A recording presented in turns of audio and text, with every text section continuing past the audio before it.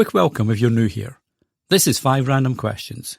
If you enjoy this episode, hit follow so you don't miss the next one. I think I'd want my face to be proportionate. It would just, like having a melon head is weird enough as it is. But then if you had like a tiny face inside your melon head, children are going to run screaming every time that they see you, right? Hi, and welcome to 5 Random Questions, the show with unexpected questions and unfiltered answers. I'm your host, Danny Brown, and each week I'll be asking my guests 5 questions created by a random question generator. The guest has no idea what the questions are, and neither do I, which means this could go either way. So sit back, relax, and let's dive into this week's episode. Today's guest is Rob Lynch. Rob says he's always been a jack of all trades, but with the common thread of the written word connecting everything together.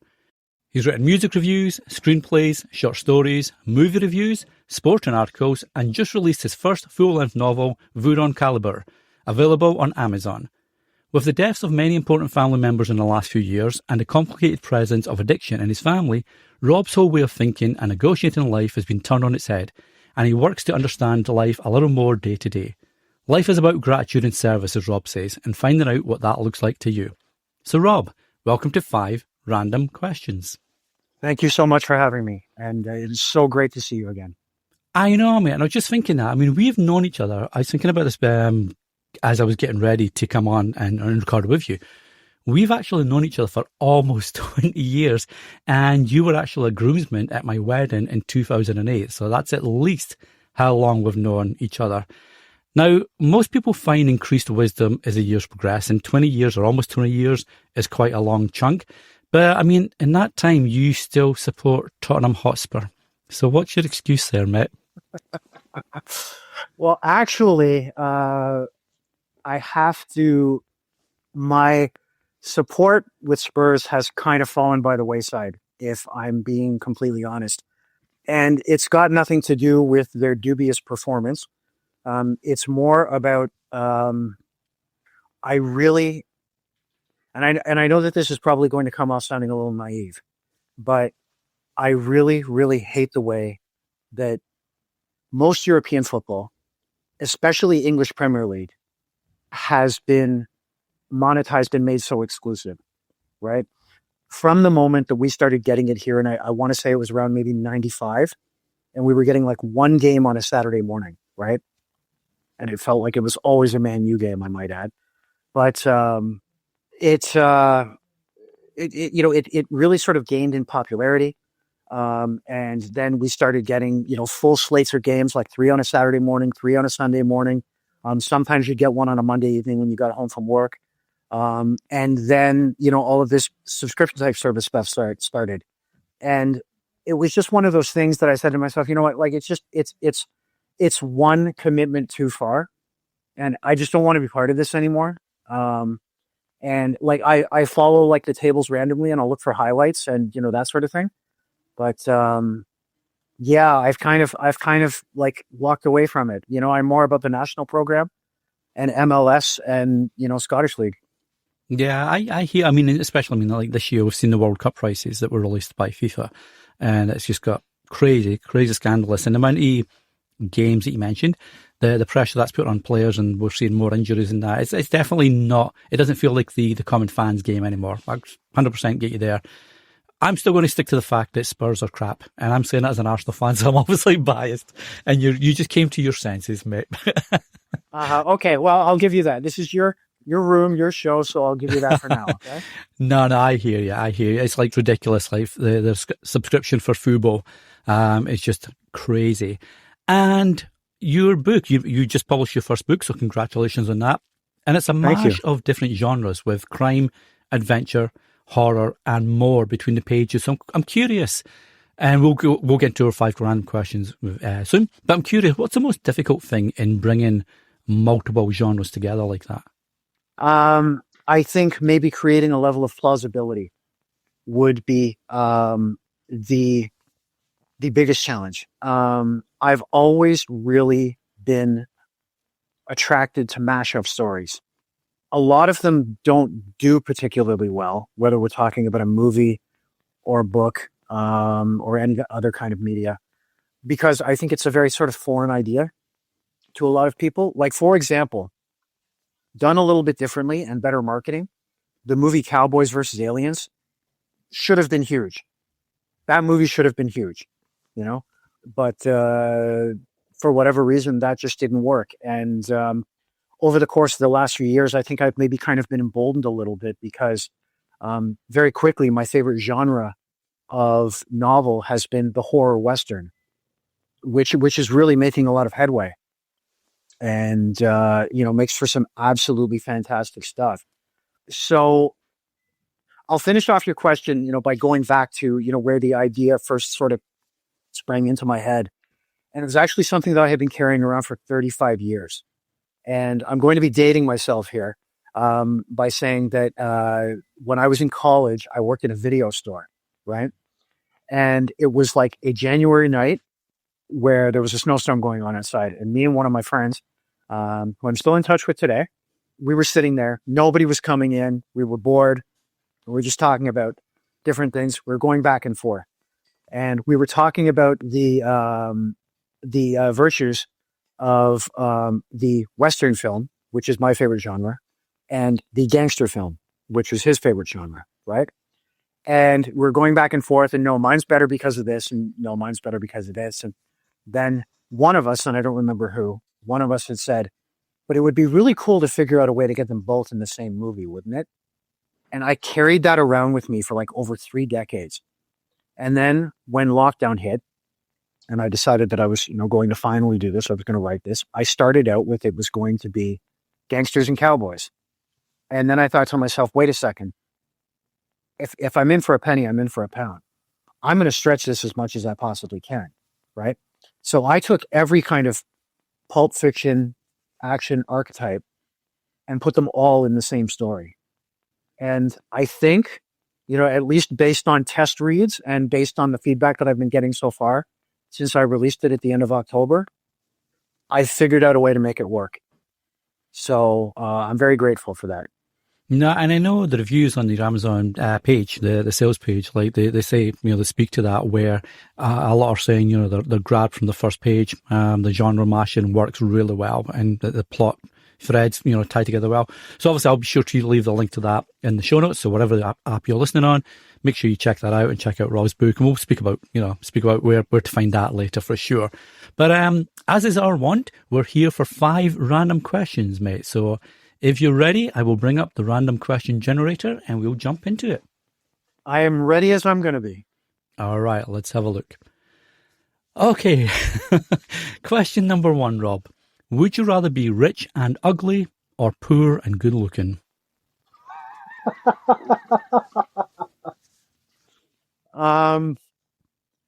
Nothing like coming out of the gate slow, huh? We're gonna go right to the heavy hitters. Huh? We're gonna put you right in a spot, mate. Oh, I think that my answer to this would be based upon how it is that I'm feeling on any particular day. But considering that we're doing this today, I think I would say poor and good looking. Poor and good looking. So you're going for, I'm not going to say vain, but what's your reasoning there? Because if you're ugly, if you're rich, you could probably get work done. Maybe I'm not sure how much work and how bad it might look. But what's your reason behind that choice? So I was just having a conversation with somebody a couple of days ago, and we were talking about people who have really kind of shaped the landscape of the economic Western world. Your Rockefellers, your Carnegies, Henry Ford, JP Morgan, stuff like that. And I don't know that I 100% looked at the question as what would traditionally be considered physically ugly. I know that based on my limited knowledge of a lot of these people, while some of them may have been very, striking specimens of human beings, I don't think that they were particularly nice. I think that some of them actually had, some pretty ugly souls. And I think that maybe looking at it both from an inside and an outside perspective is what shaped my answer. I don't believe that it has to be an inevitability that just because you become rich and famous, that you have to become ugly or corrupt. But I think a lot of times by default, that does happen with people, just because you're forced to make a lot of really unkind and inhumane decisions just for that extra million. So I think maybe I was equating that not just as much to physical good looks, but maybe sort of kindness of soul as well too. Does that make sense? It does, yeah. And it's interesting you mentioned some of the names that you mentioned and whether you're born into riches, for example, or you work your way to riches.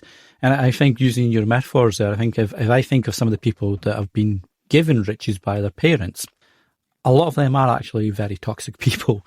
Whereas if you've got people that have worked their way up and know what it's like to be poor and struggling and recognize that. There's a really well-known actor. My brain's taking a dump on me. I can't remember who it is, but a really well-known actor who came up through hard times.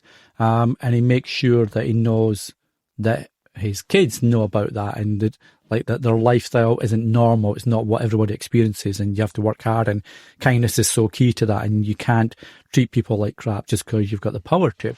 So it's interesting. You feel like there's more if people are given riches in later life, either through parents or they've come into it with not working too hard for it. Do you think that's easier? You've got this newfound power, like you say, to become less of a nicer person as opposed to people that don't have, riches to start with? I think that, maybe that comes down to the responsibility of the person who has provided those riches. That I know somebody who she is really, really successful in her field and is very much a mentor to me.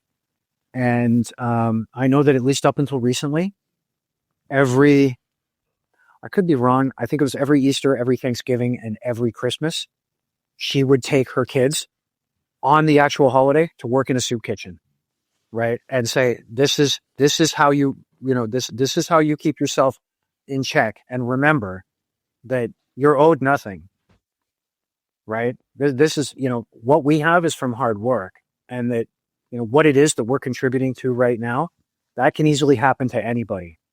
So, count your blessings and, never forget what it is, to retain your humanity. And, further to that, I would also say that all of my, you look at anybody who has helped shape generational culture, right? You go Sinatra, Elvis, the Beatles, Zeppelin, all of those people, they each represent a different decade. They all came from abject poverty. They all came from, maybe abject poverty is a bit of a stretch, but they all came from, at very lower working class. And, even Kurt Cobain could be thrown in there as well too. But these are the people that are hungry, and these are the people that are always going to change things because they know what it's like to need and want. Yeah, you were telling me in the green room before we started recording about a fan con event that you went to where Temuera Morrison, the guy that plays Boba Fett in the Star Wars movies, had a really nice interaction with you and your daughter that was looking for a fan stamp. And I feel that's a good example where that kindness was something that didn't need to be shown, but he took that moment and showed kindness. And I feel he's probably come from a working class background where he realised that doesn't take a lot to be kind, but it means such a lot to be that person. Absolutely. I completely agree. It's a great example for sure. That's awesome. Well, I like that. I loved your answer, by the way, but I like that question as I want to ease us in. So poor and good looking, but not in the vein, Carly Simon, you're so vain approach to, good looking. I like that. So let's have a look then, Rob, at what question number 2 brings up. All right, I'm curious about this because you've got a lot of different experiences. So, and you're well written, well travelled. Question 2, Rob, what was your least favourite subject in school? Math. Easy. Particular one? Because I know there's various subcategories, right? Or yeah, I never got to the point through my educational career that I was sort of, for lack of a better term, specializing. I like, calculus, trigonometry, functions, all that kind of stuff.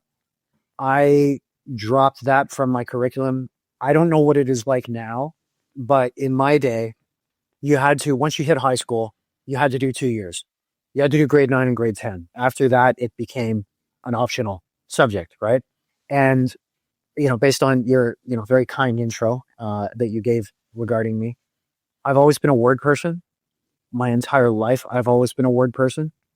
And I just think that I have somewhat of an intellectual allergy to numbers. It has just never worked for me. And funnily enough, both of those grades of math, grade 9 and grade 10, I failed them both and had to do summer school. I think it's still the same now, actually. Our son's now in high school. Our daughter starts after the summer, so she'll start in September. And I think it's the same. We were trying to help him select these courses, and there were some that were mandatory, and I'm pretty sure English, math, maybe even French, because obviously we're in Canada. That may have been mandatory too. French was mandatory for 2 years when I was a kid. I don't know if it still is. Yeah, I think it is. I'm not sure. But I'm with you. I hated math. I was in the UK at the time when I was in high school, and my subjects were always English, art, and history. I loved history with a passion. But I'm curious, I mean, you're a creative person, and you mentioned obviously you skew more towards the written word.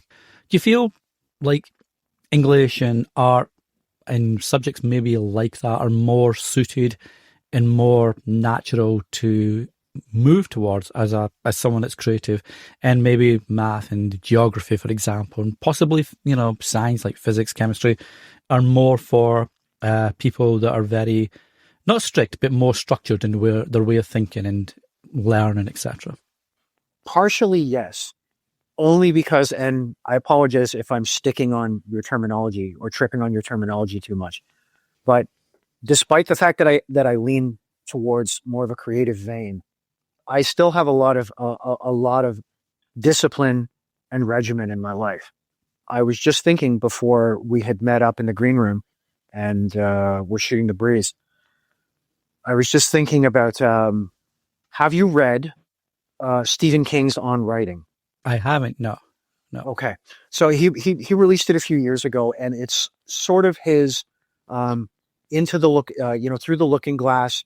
This is how I created what I created. This is how I work. This is how I would suggest that you work, and that kind of thing.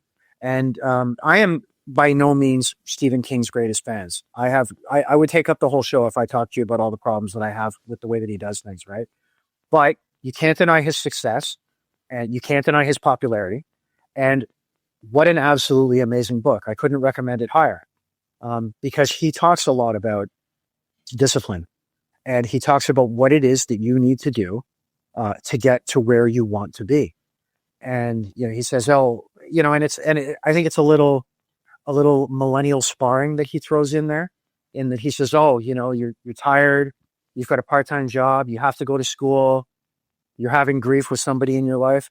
Well, let me explain to you that when I wrote, I think it was The Shining. It might have been The Shining, or maybe it was The Stand. But it was one of his magnum opuses. And he had said that he was living in a trailer with his wife and 2 kids, was working a full-time job during the day. And then at night, after the kids went to bed, he wrote that book on a fallout ironing board that came out of the wall of the trailer. Right? And did that probably until the wee hours of the morning, then went to sleep for a few hours, and then the cycle started over again. So if that isn't discipline, then I don't know what is. And then the proof is in the pudding. You look at where the guy is right now, right? He is considered the master of the genre, and probably will be for some time.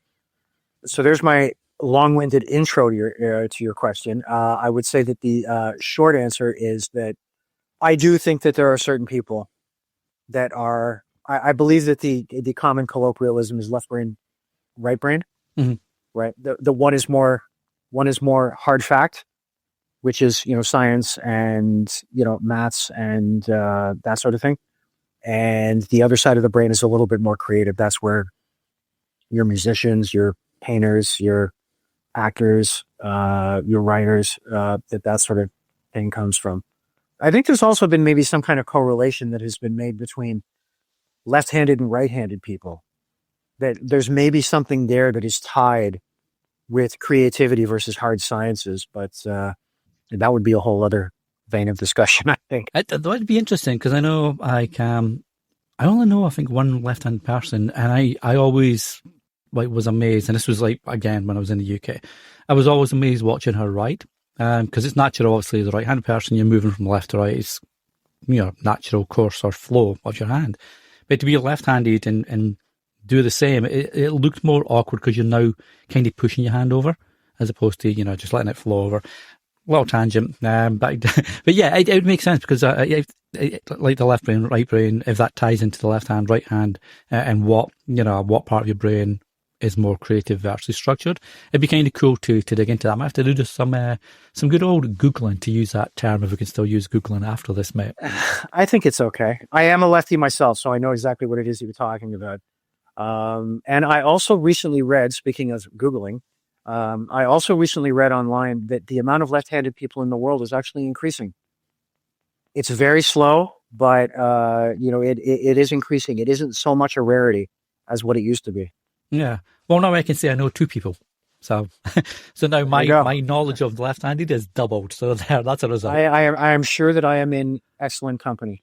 I don't know. I lost touch with her years ago, but yeah, she was awesome. She's a very creative person as well, though. She became an artist, opened her own sort of art studio, sold a ton of stuff. So, definitely a creative side there, I feel, with left-handed anyway. Lovely. So there we go then. Left-handed, don't like math. We can live with that one, I feel. So let's have a look then, Rob. Doing well here, mate. Let's have a look at what question number 3 brings up. Okay, and remember, this is a family podcast. So question 3, Rob. Do you shower in the morning or the evening? Morning. Morning? Always mornings, mate? Not always. If it has been a day of hard, stringent yard work, or I don't really play in any beer leagues anymore for, football or hockey or anything like that. So sometimes that would warrant an extra one. But yeah, it is almost always morning. I feel that it's just such a natural beginning to the day, right? There's, again, like what I was saying in the last question about, discipline and about routine. I am such a slave to routine. It's almost embarrassing, but I find that if it gets thrown off too much, it really creates a lot of problems for me. And it can really throw my day off. Or I will always tell people the story that for a brief period in my late teen years, I was flirting with the idea of joining either the police or the military. And I am actually the first generation of my people, meaning to say the Lynches, that go all the way back to, I think it's 400 years in Scotland, and then maybe 700 years in Ireland previous to that. And then I think before that we might have been Gauls, but I'm not sure. Before he passed, my father was fooling around with this stuff, doing a lot of genealogy. So, it was very interesting. It's a shame that he never got finished with that. Maybe I should pick that up one day. But I'm the first person in my generation, I'm the first generation, I should say, of people within my family that was not military. I have military running through what looks to be hundreds of years. And for years, I looked at it as a dig.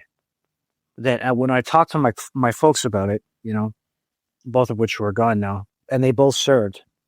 When I talked to my folks about it, I had said, I'm thinking about this. I had a good friend in high school that I used to play like Dungeons and Dragons with. And he was in the reserve, and he ended up, I think he ended up pursuing a full career, and I think became an officer, if I understand correctly. But I think maybe he inspired me, and I had said to my folks, I'm thinking about maybe doing this. And I remember my father, who was a very stern man, grew up in a port town during World War II, so he saw some hard stuff. And he said to me with as tender a voice as his brogue could muster, the military is not for you, son. Right. And I took that as an affront for a long period of time. And what's he saying? Is he saying that I'm soft and whatever else. And you know what? Yeah, he was saying that I was soft. And I think that this maybe ties in with one of the earlier conversations that we were having. That I think that hardship breeds necessity. And my folks were really, really hardworking people, and they really understood the difference between want and need. And we had everything that we needed. We didn't necessarily have everything that we wanted. And my father served in a live theater in his late teens and early 20s. And he never spoke about it. He never wanted to talk about it. And I talked about this, at great length in his eulogy when I eulogized him a few years ago. And I think that, whatever it was that he saw and whatever it was that he experienced, it shaped the way that he did things for the rest of his life. And he was always grateful for quiet moments. He was always grateful, even just for an orange, something like that, something that we completely take for granted. And, even though my father wasn't the most day-to-day regimented person, he had an incredible conviction of character. And I think that some of that ended up getting passed down to me in terms of discipline as well, too. Again, if I was talking about the differences between my father and I, we would be here until the sun went down. But I think that probably ties in. Maybe there's even something kind of genetic there about the fact that my showers always have to be first thing in the day. For me, it's it's wake up, stretch, shower, coffee, out the door, morning commute, right? I even feel it sometimes on the weekends that, when it's I wake up, I realize it isn't as early as what I'm used to it being. And it can sometimes throw me off a little bit that, I'm used to, I'm used to things just being A, B, C, D, E, right? It's probably also why I'm a relatively simple eater as well, too. Simplified even more since I became a vegetarian. But, man, I really made a meal of that question. Not at all, mate. And this is why I love the show, because it does take my guests into tangents and let you open up and just tell your story, which I always love, So I appreciate you sharing that, mate. And it's weird because where we live on a well, so our water is limited. We have to sort of manage it, especially in the warmer weather. But our son, both our kids are competitive athletes. My son does soccer, football. My daughter does cheer. So obviously they love showers, but in warmer weather, it's because we have to limit it more. It kind of messes up with their routine. So I can completely 100% get that, mate. It's a creature comfort. It's a simple comfort, but it's all part and parcel. It's all like a piece in the jigsaw that gets us through day to day, I think. Right. So yeah, morning showers all the way. That being said, before we move on, I do understand people who do it in the evening as well, too. My oldest, for example, my oldest daughter, she's an evening shower person, right? Because she wants that time to get herself together in the morning and focus on other things and reserve energy for, maybe, what her ensemble's going to be for the day, or her hair, or, thinking about if she's got a presentation at school, how am I going to tackle this? That sort of thing. So not taking away anything from the evening people, but the morning shower just works better for me. I like it. And speaking of what's working better, that's a terrible segue. No, I like it. And for me, I'd probably be an evening person, but I'd be an evening bath person as opposed to shower. I feel shower is there to freshen and make you really feel refreshed. So I feel probably if we had the unlimited water supply from the city, I'd probably have more baths. But yeah, nice warm bath in the evening. But I get you. I hear you. I'm completely on that, mate. And like I say, our son, he prefers the winter because the water's more plentiful, so he's good to go there. So all good. This part's brought to you by someone awesome. We'll be back with more questions in a sec.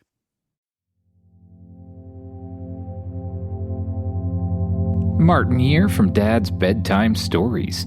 the podcast that takes your kids' wildest suggestions and turns them into bedtime adventures. Suggestions like, I want a story for a robot summer camp where the robots battle. or I want a story about a unicorn named Rainbow Dash. so if your kids want to fall asleep dreaming of wizards, dragons, planets full of living strawberries, or even a universe where kids battle with magical cards, then check it out. Dad's Bedtime Stories, available anywhere podcasts are distributed. Hey there, Danny here. If you enjoy 5 Random Questions, I've started a short weekly newsletter called the 5RQ Companion. Each week, it's just a few things. One lingering question from the episode, one small behind-the-scenes moment, and one question just for you. It's free, thoughtful, and a nice way to keep the conversation going between episodes. You can find it at 5rqcompanion.com. And now, back to this week's episode. But yeah, I like that. That's a good one to have for question number 3, mate. Let's have a look and see what question number 4 is. And you just mentioned you become a vegetarian. So Rob, question 4. Do you prefer to cook or order takeout? Cook. I have found, so it's almost 6 years that I've been a vegetarian. It was actually, and I'm about to date myself here, it was my 50th birthday. That was the last time that I ate meat.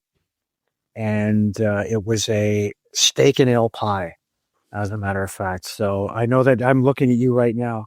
You can wipe that drool off your mouth. Yeah. But that was the last one that I had. I don't want to oversell it though. I do sometimes still eat fish, but I would say that cook is better. Like, so, and that's really, it's for a few different reasons. One, it's economic. Unless you are one of the people that we were talking about in one of the earlier questions, life isn't as fluid as what it was prior to lockdown, right? And money doesn't go as far as it did. And I was just having this conversation with somebody not that long ago, and I once saw Bill Maher say the exact same thing on his television show, that when you were a kid, like going out for dinner or having something delivered to your door, right, it was one of the greatest treats on the planet. It was such a big deal. Right? Oh, we're going to Swiss Chalet for dinner tonight. Oh my God, I think I'm going to pass out. I'm so excited, right? Whereas now, it has become such a mundane act. Whenever on a rare occasion when I do walk into a restaurant, whether it be, sit down, take away, whatever, the lobby is invariably always full of Uber Eats delivery people that are standing there, waiting for orders for people who have put theirs in ahead of time. It doesn't feel as though maybe there's so much ceremony about going out to eat anymore as what there used to be, or ordering something in. It has been made so easy now. There's a lot to be said about progress, and I know that there are a lot of people who make a living off of any of the delivery services that come out of that, and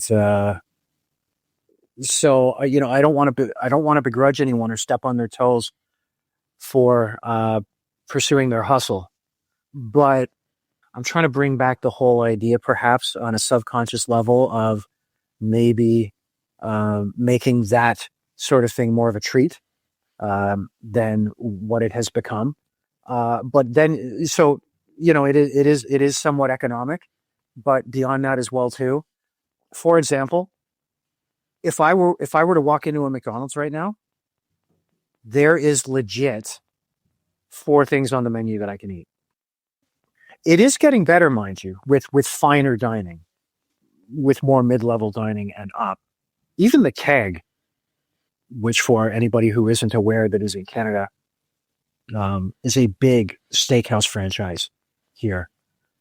They even offer some plant-based alternatives to things. So it is getting a little bit better, but a lot of times the idea of going out to eat doesn't hold as much of a thrill for me as what it used to when I was younger and when I was eating meat.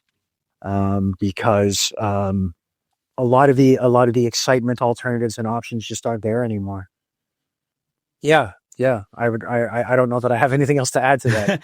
No, it makes perfect sense. I mean, I think of, I used to love going to the movies. Loved it. And again, pre-lockdown, I feel so much has changed in the world, obviously, since 2020. But the movie theatres are suffering now because people realised, hey, I don't need to go out and, like, you've got kids, I've got kids. I don't have to go out and spend $150 on movie tickets, popcorn, Coke, drinks. If we're hungry after the movie, now we've got another $100 plus for dinner or whatever. That's like one night out now becomes $200-$300, which is ridiculous. Where you get a decent sound system at home, decent sized TV screen, make your own food, as you just mentioned, mate. And you don't have to worry about people rustling chip papers or crisps or talking or a phone popping up, the little light screen on their phone with messages. It's just, it's very different. So I completely hear you. And I know we used to love going out to dinners as well. And like you said, it was treats. We'd go out maybe at the weekend, more than likely once a month though, to make it a proper treat. But even now we don't do that. And again, I feel a lot of that is down to the kids being super busy with sports. So we don't have a lot of time anyway. As a family in the evenings, they're super busy with what they're doing. So I 100% hear you. And it's, do you feel like, you obviously mentioned economics, but also choices. Do you feel things are getting a bit better, or we're still struggling when it comes to good alternatives for vegetarian or vegan options as opposed to standard, steaks at the keg, for example? I don't want to take any fake glory here because I don't have, and this ties in with our earlier discussion about discipline. I don't have the discipline yet to be a full-blown vegan. There's one of my daughter's friends is a full-blown vegan, and it's like, my hat is off to you, man. Like whoa, like that is serious. And but I do think that options are getting better, but maybe in a few more unlikely places. A lot of your franchises, your North American franchises, they've been really slow on the uptake. I listen to UK radio during the day while I'm working, right? And I know for a fact that at least for 2, maybe 3 years, McDonald's already had their vegetarian hamburger in place over there. We only just got it here in Canada, I think maybe 7 months ago, something like that. So I think that maybe a lot of your more conventional outlets have been really slow to jump on it, because if it ain't broke, don't fix it, right? At least as they see it.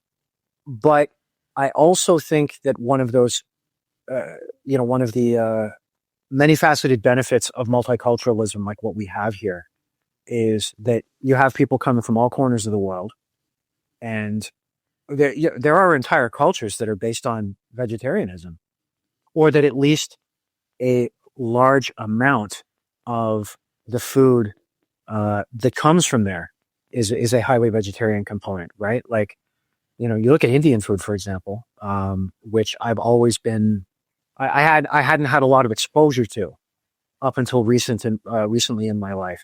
And like, I am samosa daft now, right? And there's, not only are they delicious, but it's like a real treat that has been added to my rotation in terms of what it is that my current way of living will support.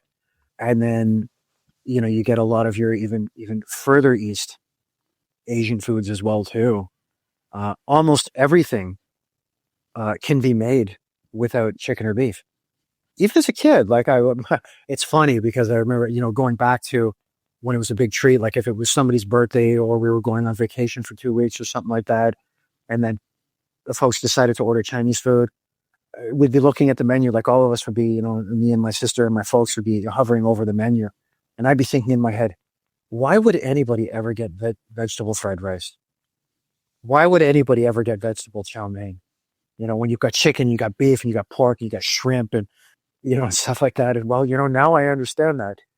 But I think that we certainly live in a corner of the world where, such a lifestyle and such a diet has been made a lot easier by the doors that we've opened.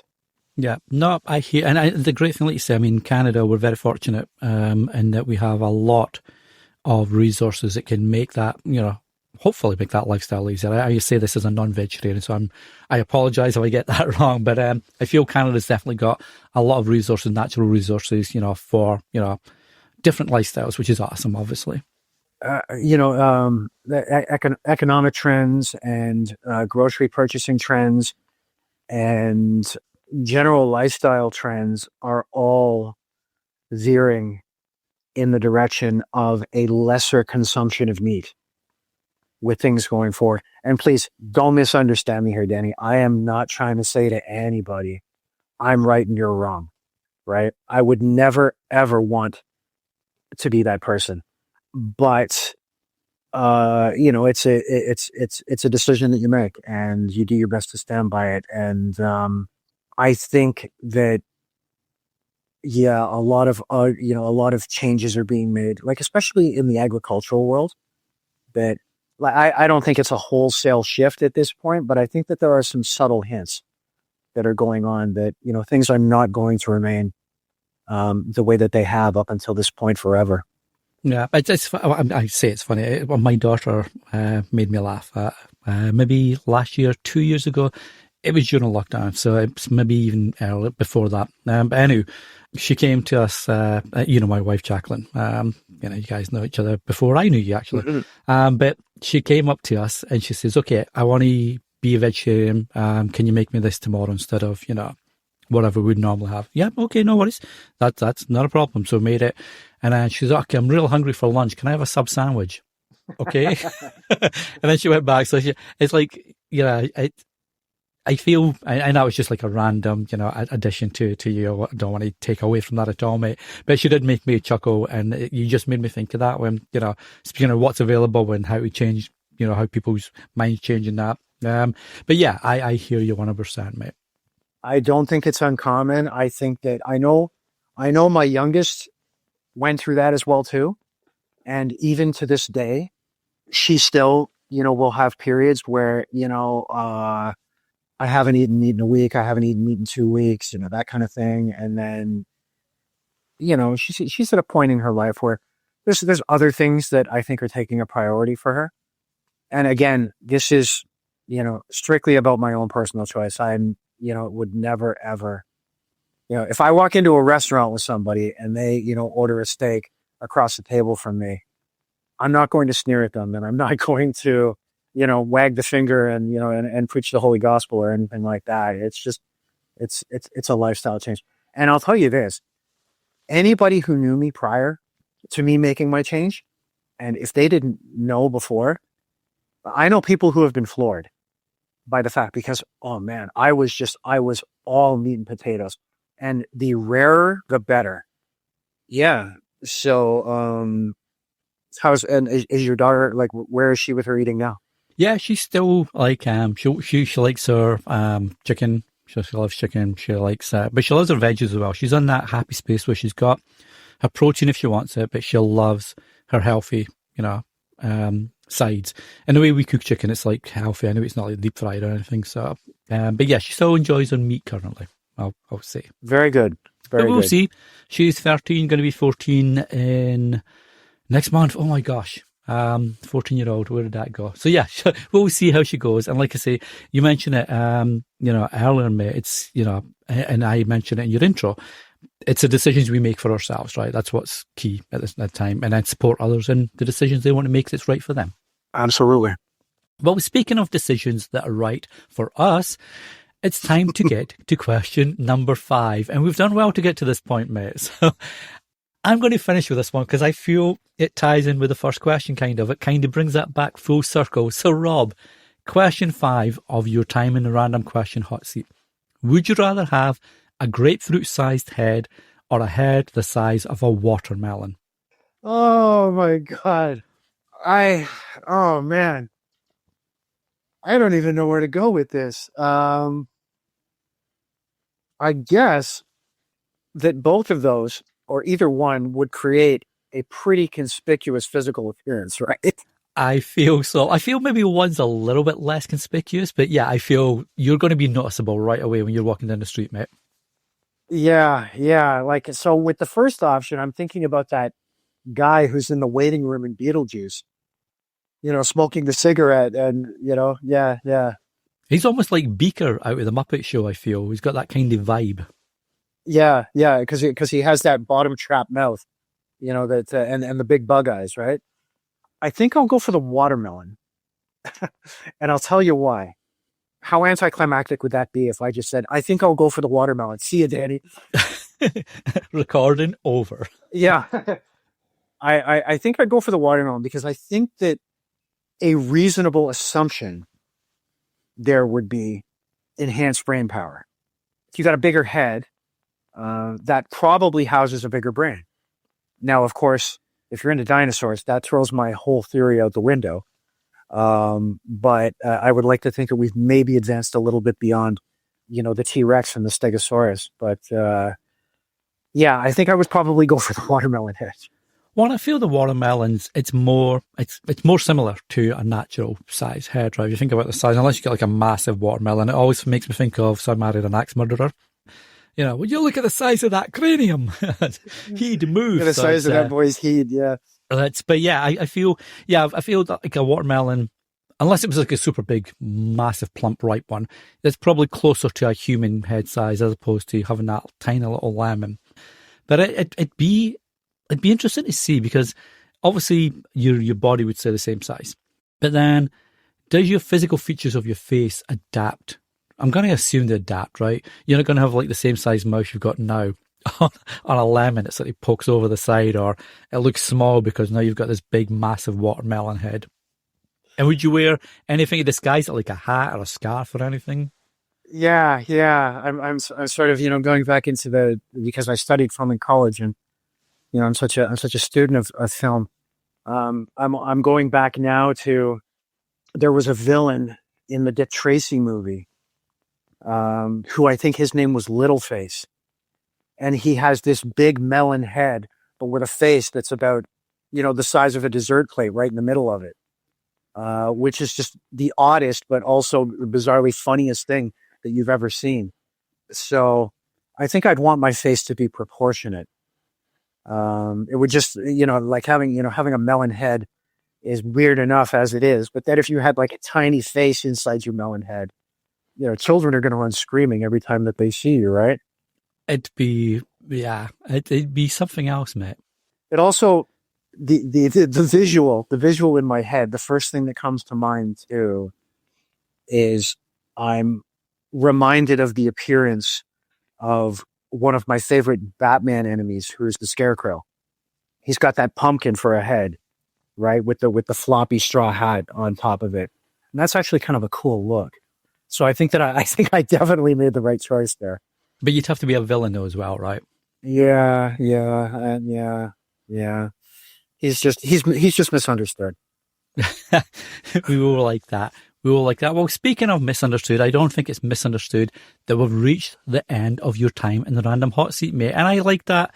I like how that kind of came round a whole 360 angle there, from good looking, ugly, rich, poor to watermelon head. I think that was a nice segue there. So, Rob, I appreciate your time on the 5 random question hot seat.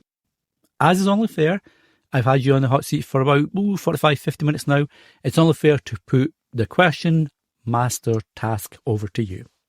All right. I thought long and hard on this one. Oh dear. And Here we go. This permeated my thoughts. So I hope I don't let you down. This permeated my thoughts all week long as I was winding down from Christmas and then moving into New Year's and, binging a couple of things and doing some household chores and everything else. So what is the most important film, book, or movie that you have experienced so far in your life? Not favorite, most important. Most important film, book, movie. Ooh, that's a good one, mate. And why? That's a good one. I'm trying to think of what's really impacted me, as opposed to your favourite, like you say. They're two very different things. I would say the most important, maybe, and I might change my mind here, so be prepared for that. But the most important movie, I'm going to say anyway, is the original Star Wars back in 77, 78 when it was released in the UK. It was 77 in North America, but we got it in 78. And the reason for that is there's a few reasons actually. So I'd lost a lot of family members to cancer in the summer of 77. I'd lost a very dear school friend to an asthma attack, also in the summer of 77. So 77 was like a horrible, shitty, crappy year. And prior to the passing, one of the people that passed was my stepdad. Now, we didn't really get on, but we tolerated each other. It's typical Scottish stepdad, stepson environment. But he had promised he'd heard of this big movie. He saw how excited all the school kids were, me being one of them, about this movie that just released in the US called Star Wars. And it was getting amazing reviews and word of mouth and all that. And being a big sci-fi geek, even at that young age, I was 8 at the time, so that's aging me. He said he was going to take us, and then obviously he couldn't because he passed. So eventually my uncle took us to see it. Me and my cousin took us to see it probably early winter of 78. It got released in London in Christmas 77, but the rest of the UK 78. So I went to see it, sat there, and I'd never seen anything like it. Like that opening shot where the blockade runner that Princess Leia's on is getting chased by Darth Vader's Star Destroyer and that big massive spaceship. When you're 8-year-old or 9-year-old in a darkened theatre, we're in the Odeon, which is like a chain in the UK. We're in the Odeon in Edinburgh, smack in the middle of Edinburgh, and this massive spaceship came over my head. It was changed my thinking of what movies could be like. And because of that, I got into writing. I wanted to write my own version of Star Wars and fantasy, stuff like that. So I wrote some stuff that I got an award at my school for a fantasy story I'd written or whatever. And that kind of put me into my creative path, if you like it. I disappeared and did, educational stuff, what have you. But it kind of lit that spark of, let's use this pun, lit the spark of rebellion, or spark, to use it from one of the movies, like one of the recent sequels. But yeah, that kind of got me into my love of Star Wars, creativity, storytelling, etc. That I feel was kind of put me where I am now.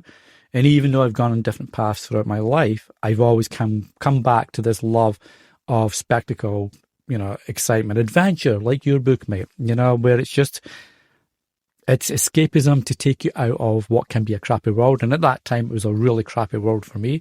And this movie changed that completely. So that's probably, I feel, that's my most impactful movie. Well said, man. Well said. And I don't think that your answer is dissimilar to a lot of people.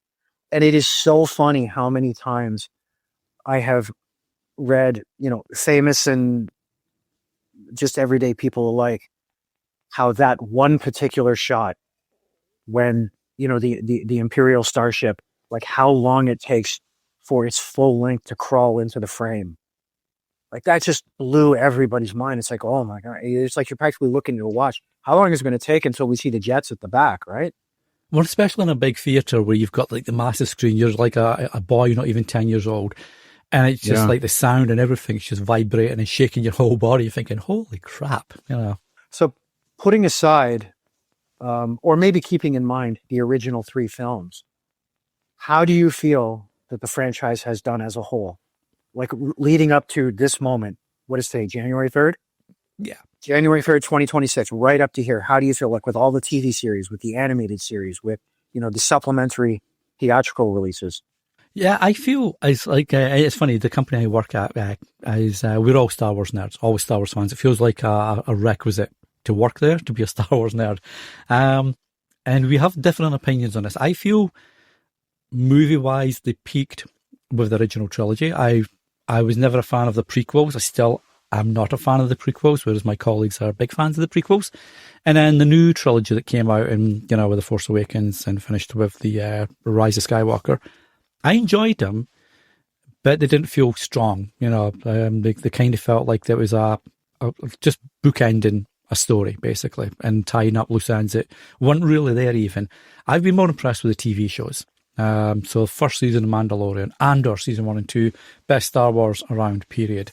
I love the Han Solo movie. I'm one of the few that actually really enjoyed that. So I'm more... Yes, you are. I'm more of like a fan of the TV stuff. I loved Skeleton Crew. I thought that was so my God, I different love for Skeleton Star Crew. Wars, right? It was like it was basically the Goonies in space in the Star Wars universe, I feel, and it was amazing. I did not have high hopes for that when I saw the initial trailers, and you saw like lampposts or street lights and suburban houses, essentially suburban streets. I thought, what is going on here? And I was more pumped for the Acolyte, but then I watched both shows and I loved Skeleton Crew. So yeah, I would say from a creative point of view, the original trilogy for me is where it peaked. I'm all about the TV shows. I'm not even this new Mandalorian Grogu movie that's coming out in the summer. I'm not even bothered about that. I'll probably wait till that comes on streaming, and see how it goes. But yeah, I could speak all day. Maybe we'll get an offshoot show called 5 Random Fantasy Crapshoots or whatever. But I could talk all day about Star Wars, mate. So yeah, thank you for that question and making me remind myself of that. Pleasure, man. Pleasure. And great answer, too. No, and you're welcome, mate. Thank you for asking me it. But Rob, I've had you on 5 Random Questions, and thank you again for sharing your answers with me. For people that want to check out your book and dig into the genre mashing and see why people are loving it so much, to find out some of the cool stuff that you're doing in your own life, or maybe even just to reach out to you and say, hey, what's a good vegetarian dish to introduce to someone? Where's the best place to connect and hang out and see what you're up to? So you can get, as you mentioned in the intro, you can get my book on Amazon. I have an Instagram which supports and promotes the book that my daughters are actually running for me. Gives them something to do because us old guys, social media is a foreign language to us. So it is official_Voudon Caliber. And then I also have an email address which is set up in support of the book, vc-thenovel@rogers.com. So that's everywhere that you can reach me. And I will be sure to leave the links to that in the show notes. So whatever app you're listening on, or even if you're listening to this episode on the website, just check the show notes out and that will link through to the book site, Instagram, and everything cool that you can do there with Rob. So again, Rob, I appreciate you appearing today on 5 Random Questions. Cheers, man. Thank you so much for having me. It's been great catching up. It's been a great experience, and it's just been really good seeing you again, man. Happy New Year. Ditto, mate. Ditto. Cheers, boss. Thanks for listening to 5 Random Questions. And if this is your first time here, feel free to hit follow and start anywhere. If you enjoyed this week's episode, I'd love for you to leave a review on the app you're currently listening on, or if you know someone else that would enjoy the show, be sure to send them this way. It's very much appreciated. Until the next time, keep asking those questions.